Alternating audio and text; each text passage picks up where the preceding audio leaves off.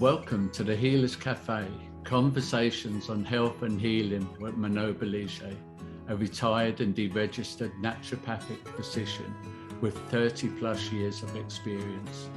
Here you will discover engaging and informative conversations between experienced healers, covering all aspects of healing, the personal journey, the journey of the practitioner, and the amazing possibilities for our own body and spirit.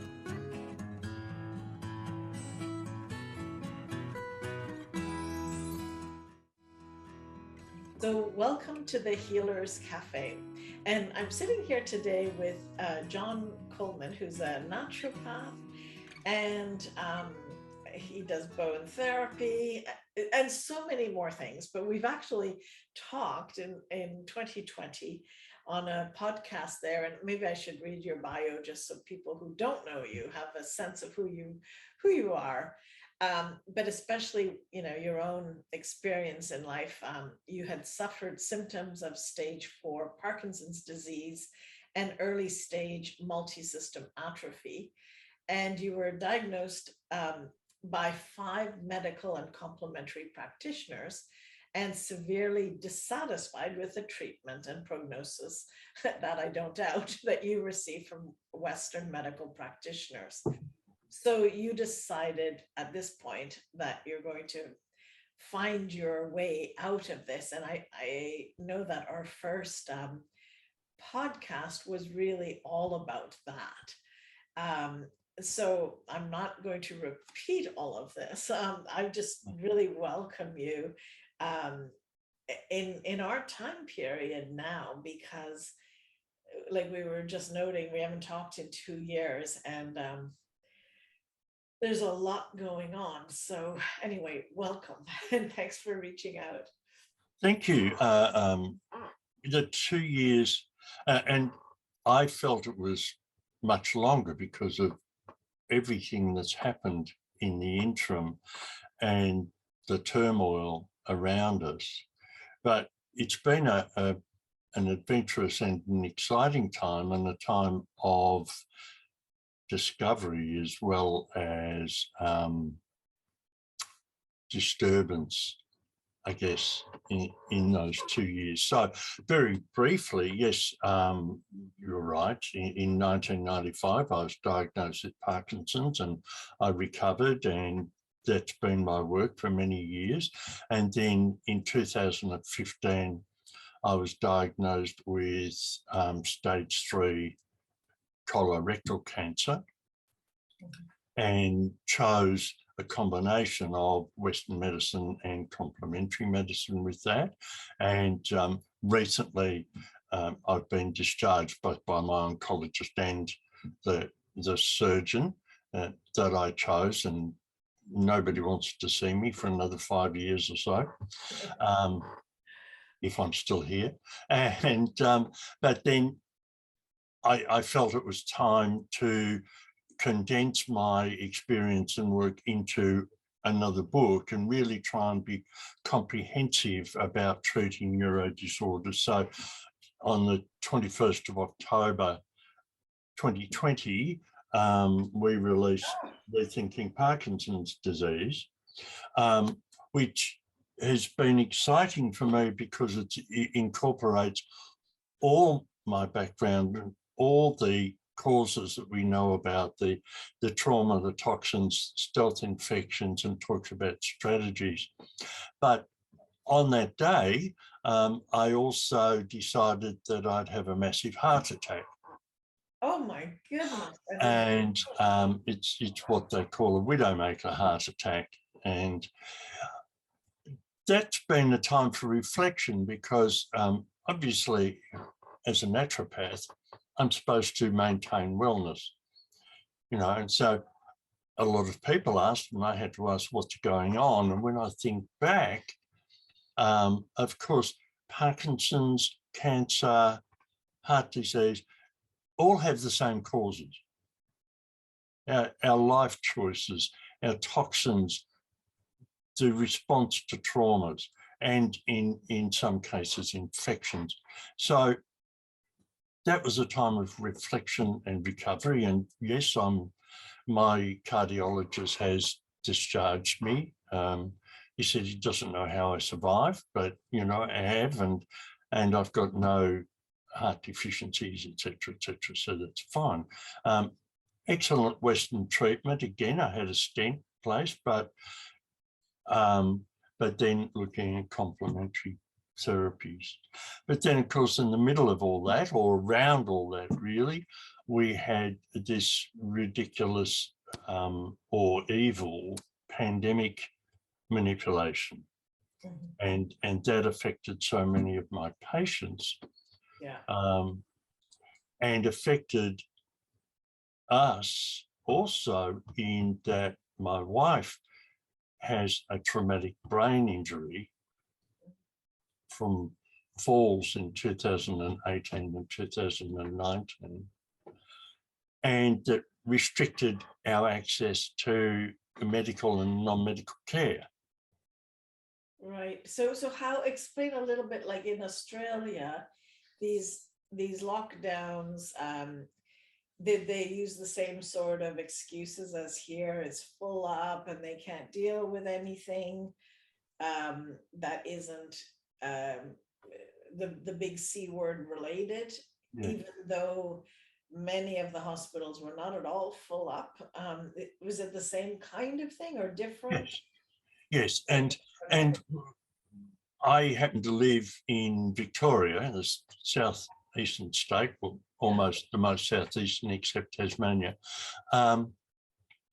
And this was probably subject to the severest restrictions for the longest period of time. And most of the lack of access to care was caused by staff being either restricted in their activities or dismissed. And this is still the case. We have very severe delays in our ambulance service because of restraints on employment. We have delays in emergency rooms for the same reason. And we have ridiculous anomalies where, the big sport in Victoria is footy, right? Australian rules football. And 100,000 people can go to a football match unrestricted, unmasked, but we can't go to a hospital without a severe interrogation on vaccine status, and patients have to be masked as well as staff, and there's long delays. It doesn't make sense, and it's certainly not based on science. No, it's definitely not science, and I mean, it wasn't the science 15 years ago, and despite these two big studies that they pretty well had to retract because of conflicts of interest, now the latest study says that masks are not helpful at all, but we know that. But what do you think is behind that? Because we have something similar here, and definitely in the States, we see places where everything's completely open. But what is it that, like in BC particularly, they won't let up on the healthcare providers?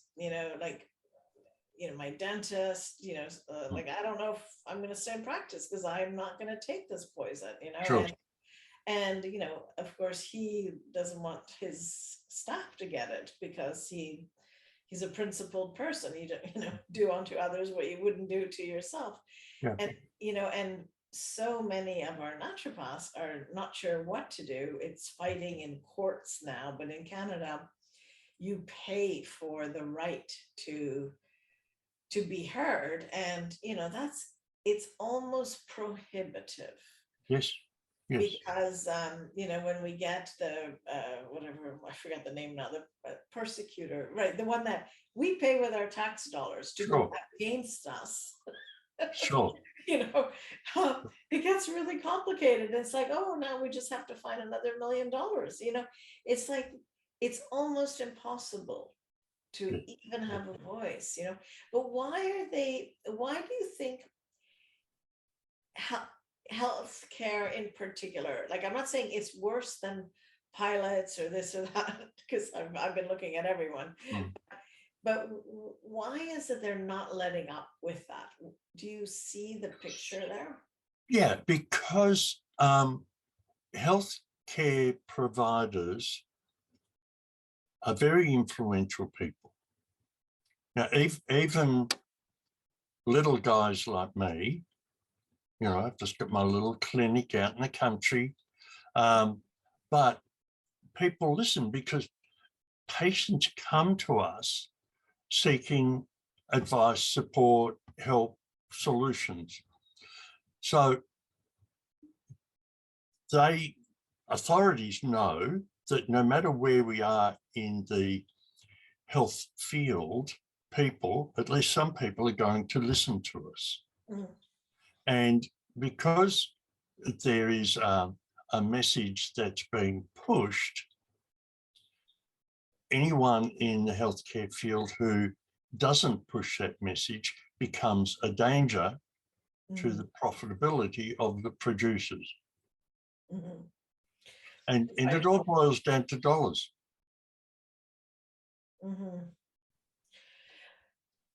So, yeah, I mean, yes, and I agree with you, but I wonder though, now that some of the research has come out that like a third of the doses may be placebo,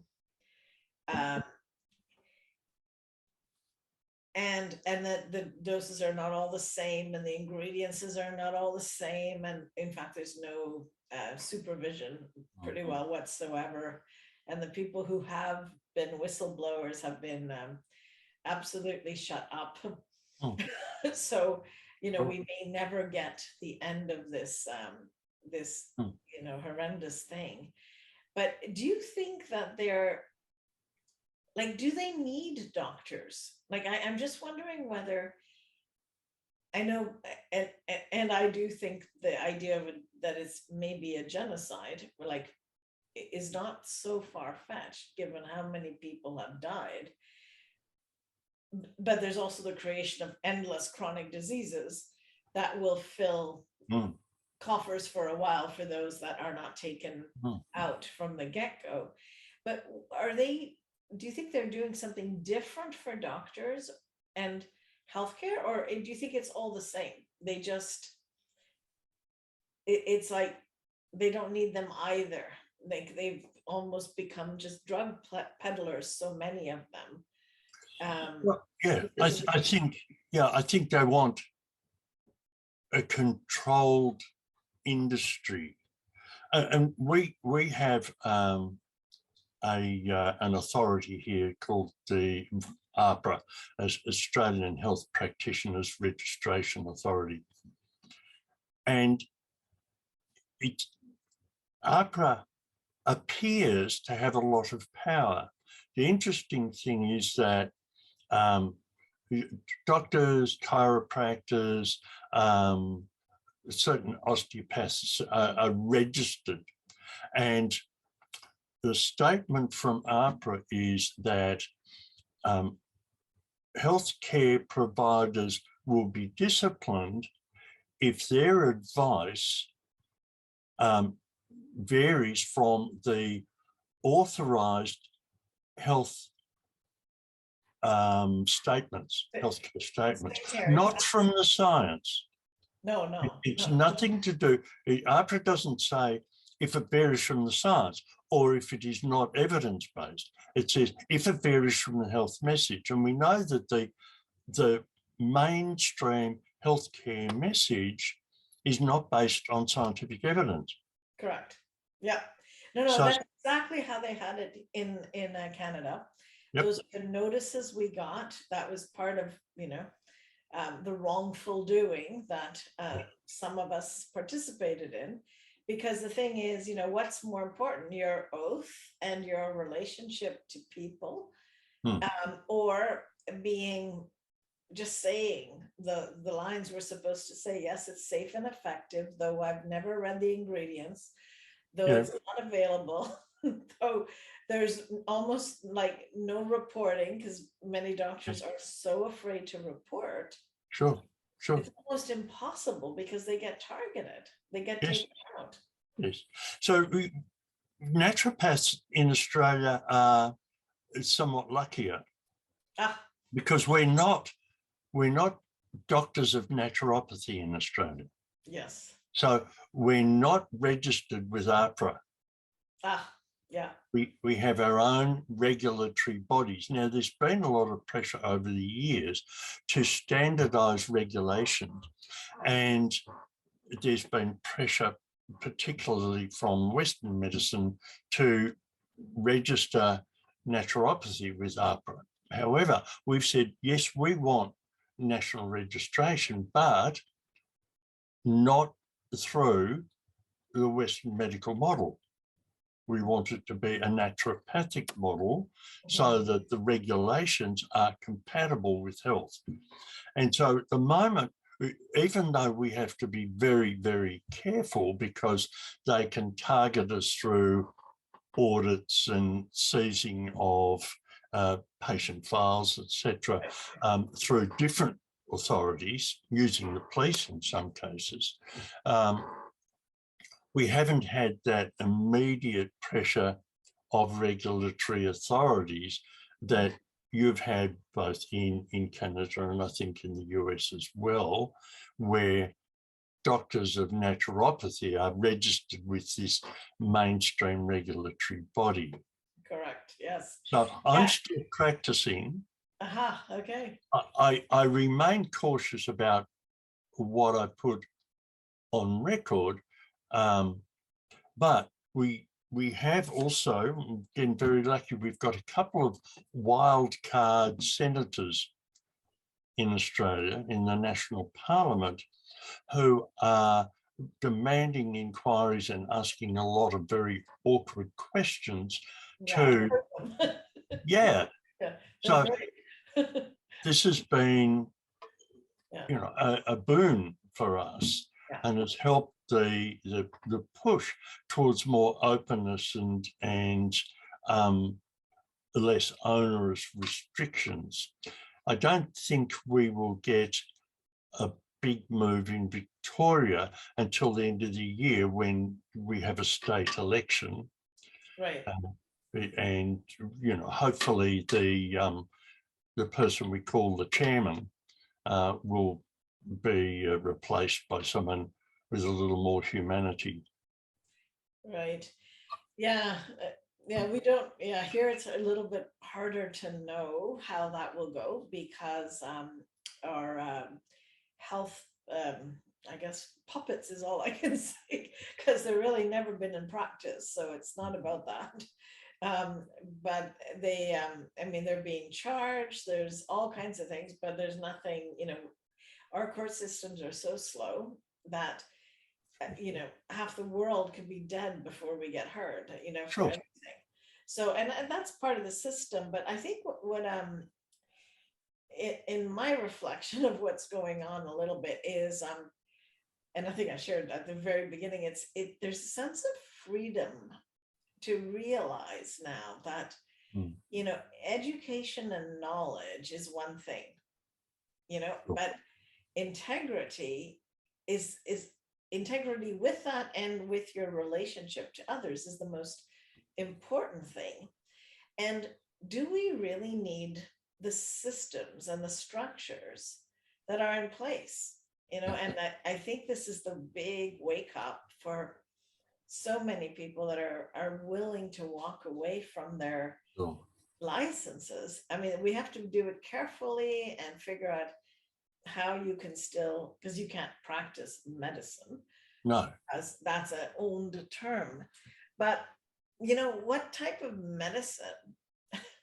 Like, you know, really, would we want to practice?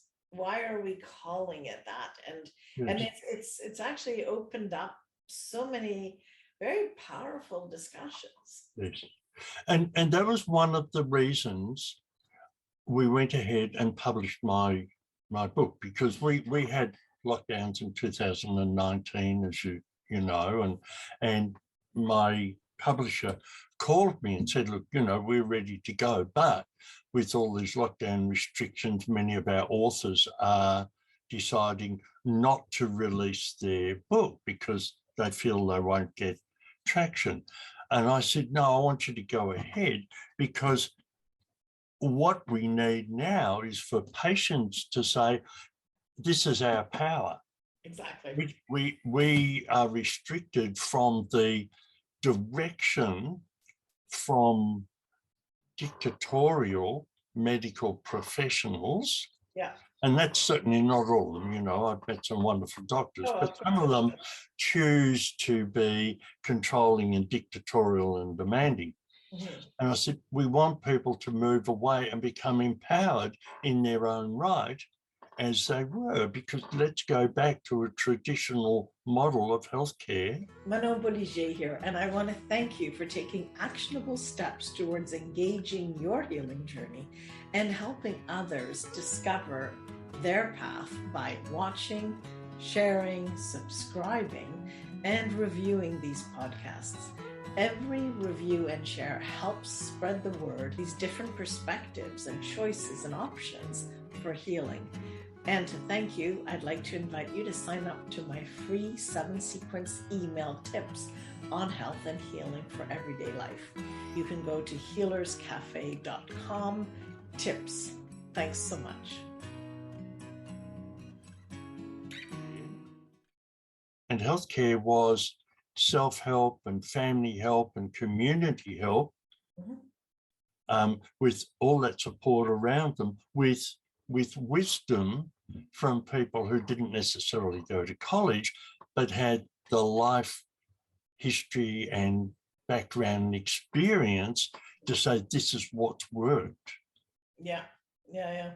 And that's a model we need to get back to. And that's a model that many general practitioners or PCPs certainly want to get back to, but you're right in that at the moment they're muzzled. Yeah. No, and I feel like there's a real opening, you know, here we call it a parallel society. It's like, you know, based on giving the information that's needed. And, you know, now because of the internet, I mean, there's always the bright side and the negative side of all things, but because of the internet, there's lots of information. Sure. And now we need, you know, the more of a conscious community effort to help people absorb this and make the changes. Sure. But, you know, it's, I mean, as per your life, miracles are possible. And same with mine, right? Like I've had a ridiculous amount of things, you know, stage 4 cancer, MS, tuberculosis, like, you know, and here I am, you know, better, feeling greater than, you know. and so we need to demonstrate, and this is a demonstration of self-power, creating health, and we can understand, and I'm sure you've reflected and said, why did this happen? And I have, you know, and I go back to saying, yes, all these things, these diseases were caused by the same processes. They're just sets of symptoms. And so to change my health, I need to change the processes, and I need to change my attitude. I have to do it, not someone in a white coat with a bottle of pills, although they can be useful, but I have to make the changes. And this is the challenge we have with my wife's injury, the traumatic brain injury, and her dysautonomia and ocular gyrocrasis, etc., caused by those, because these are not disturbances that you can change with a pill. No, exactly. And when we go to neurologists, they want to find something that they can change with a pill or with surgery, and they can't find that. So she's dismissed. Yeah. Yeah. Why is it? And it's the same. The prognosis is based on the diagnosis, which is limited by the cocktails available to treat, right? Like, you know, that's my book, What Patients Don't Say If Doctors Don't Ask, which is my first book, actually. Yes. I have also written a book in between since we talked. I mean, you know, there's at least time to write, reflect, and then put things together. I wrote a book. It's actually based on my Listen program, which is all about listening to yourself on all the different levels. It's an acronym, actually. I'll just tell you because otherwise it'll be 2 years from now. But L is for love. So it's about how that fits into our whole listening, ability to listen. If you don't do it with love, you're not going to be doing it at all, right? And I is inquiry. It's really looking into our thoughts and beliefs. S is symptoms, often as symbols. And I've noticed that many times people speak symbolically. And if you bring that to consciousness, it changes things. So that's S. T is touch. And I find that, well, obviously everyone's needs touch. Touch is, I mean, look what you do, look what I do. It's like, how could we not have touch? E is engagement, and to engage is really our energetic being, our bodies, to really feel into what we're doing. And N is now. Why wait? So that's my program, and I ended up giving it a title, which I'm forgetting what the title was. It was the same title as my TEDx talk, which I did in January, which was, oh, your body is smarter than you think. Yes. And then my TEDx talk got also banned because I talked about the immune system. Interesting. Interesting life. But anyway, sure. But it's really, I think this, what we're discussing is so also important. And we haven't focused now on the patients as much, or the clients, in that, you know, for people to know that there's possibilities and there is hope. You know, like I must say, it is the thing that has brought me to tears many, many times when I realized that these bioweapons were literally dangerous, that they were killing people and giving them, you know, minimally chronic disease, if not, you know, immediately strokes and heart problems. But I thought, well, gosh, can the body heal this? And I was really, because I know so many people who did, and so many, you know, beautiful, caring people who, you know, they said, oh, well, you know, we're told to do it. It's for whatever, grandma, or it's for this or for whatever. And they're all like normally values I would believe in, except that they've been lied to. Yes. Not just lied by the state, the government, but lied by their doctors who also didn't do due diligence. You know, they like, when you get things that have no ingredients, you can't put that in people's bodies and tell them it's safe and effective. Like, I don't care how rushed this is, you know, we have an immune system. It's good for something. So I just, anyway, but the constant, like, the intensity of the propaganda, which still continues, it's very hard to see through that when you're in fear. Absolutely. And the message, so this is the so-called health message, or the illness message, as I call it, has now been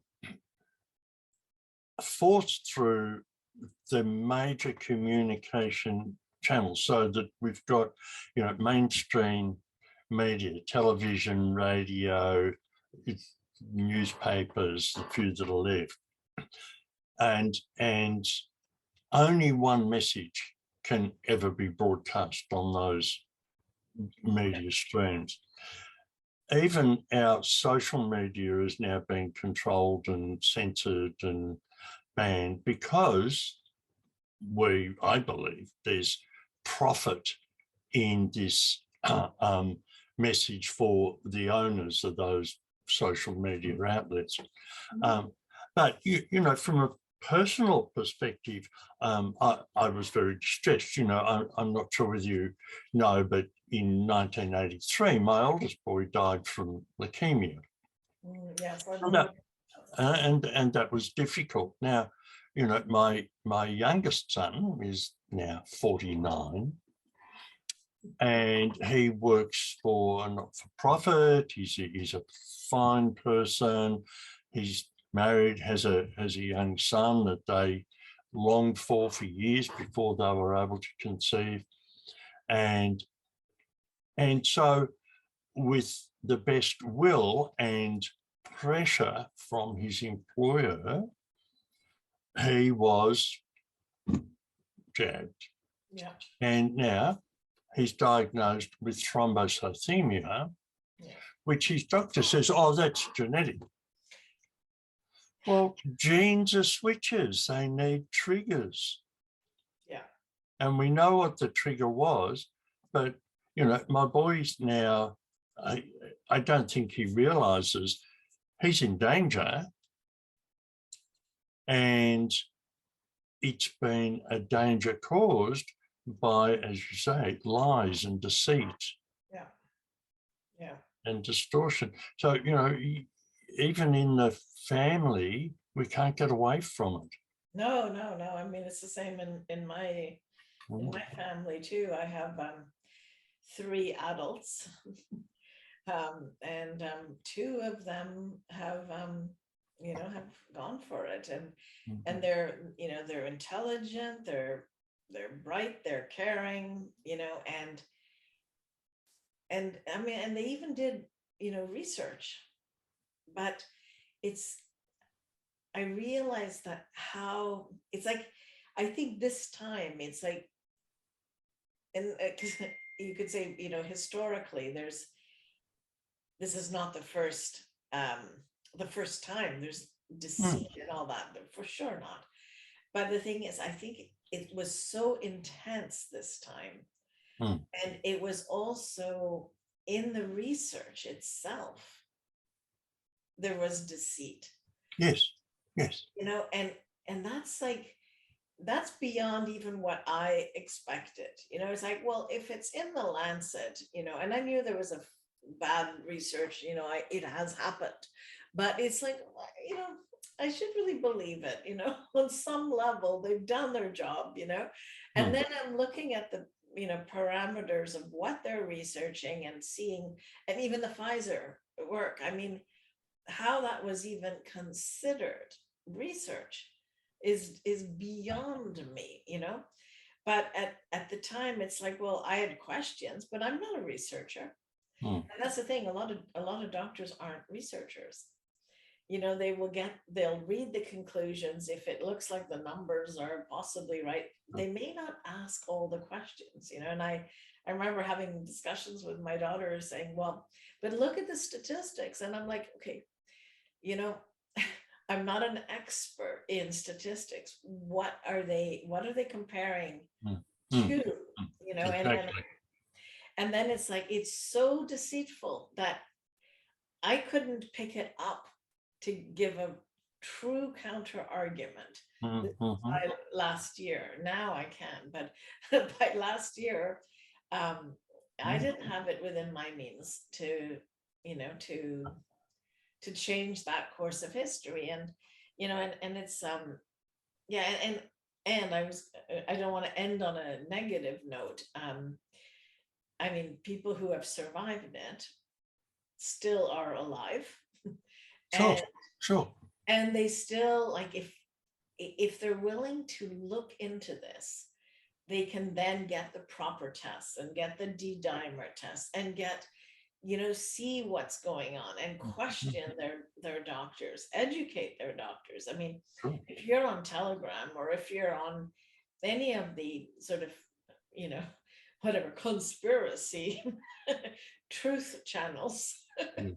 and then I'm not saying everything is true. I mean, there are some pretty weird No, stuff out there, no, but there's no. so many reputable scientists and doctors that are risking everything. They're not making money from their coming out. And you just got to look at that and go, wow, I think once you open to that, then you will find the solution. I think there are solutions, and Yeah. now I know of people being helped, and it's like, oh my God, Most people get through this.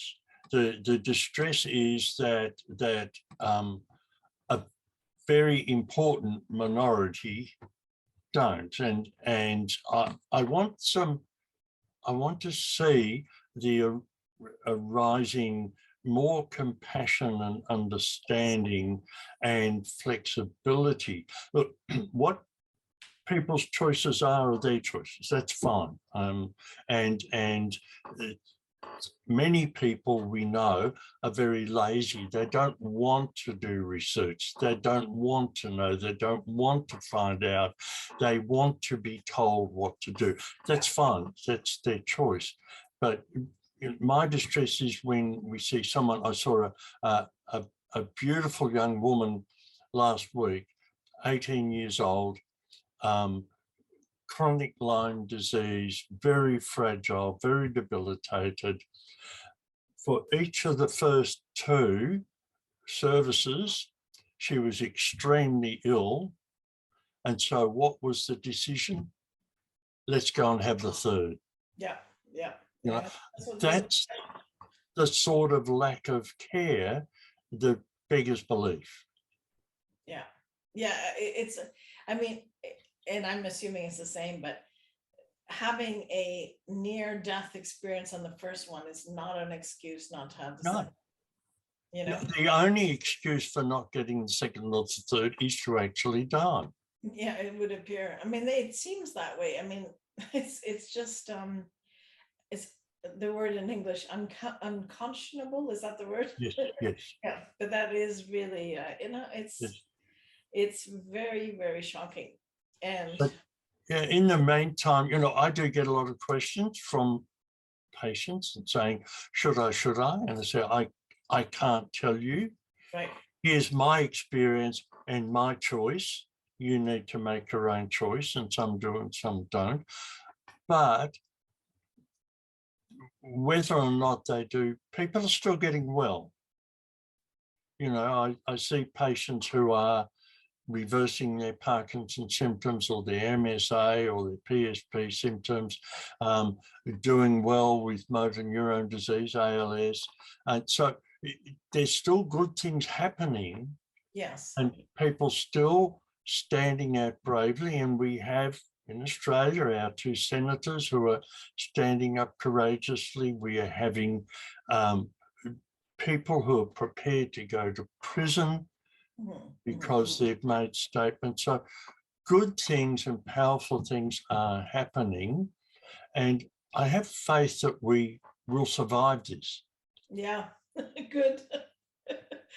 I'll remember your words. No, I actually do too. I feel like, they say it's a great awakening, and I'm like, oh, it's a definitely compressed period of intense time, which maybe is like an illness for people who don't have one, right? In a sense, it's like you've had to deal with more impositions that allow you to sort of think about things, and then if on top of that you have side effects that you're aware of, and nobody believes you, then it's like, it's the way fibromyalgia, the way so many things were before. They would say, oh, well, no, that's in your head. It's like, well, wait a minute here.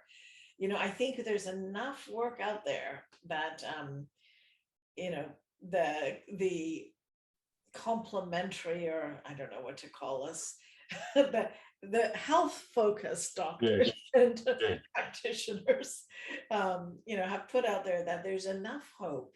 I think that if people go, okay, there's more going on here. I don't feel well. And I'm not resonating with what my doctor's saying, that is all in my head. Then, there is definitely an openness to go find the answers. There really is. And the answers are there. There's some fabulous documentaries out now. There's, it's out there. So sure. And if we think back to history, when societal changes were based on lies, and the big one was, of course, Germany in the 1930s, when the predication was that certain groups of people were non-human or subhuman and needed to be eradicated. Now, of course, there was limited opportunity to spread those lies in those days. And what we're seeing now is a much bigger broadcast of falsehood. But by the same token, we have, as you've said before, we have now the opportunities to spread the truth through the same medium. Yes. So that in the end, truth wins. A lot of people have suffered and will suffer. A lot of people will die and become chronically ill, but in the end, truth will win because it's always the strongest. Yeah, I would concur, and it's what my heart says, and I'm going to go with that. But listen, John, it's been wonderful catching up with you and discussing healing, life, and what it's like for us and for the people we want to help. So lovely to see you again, and I certainly wish you all the best in the future, and I'll go on waving the flag until it's time to give up. I'll be 79 this month, so congrats. I'm marching towards my maturity. Yes. Well, you haven't lost your spirit, that's for sure. Absolutely not. Okay. Well, thanks again. Thank you. Thank you for joining us at the Healers Café with Manon Bolliger. Continue your healing journey by visiting thehealerscafe.com and her website, and discover how to listen to your body and reboot for optimal health.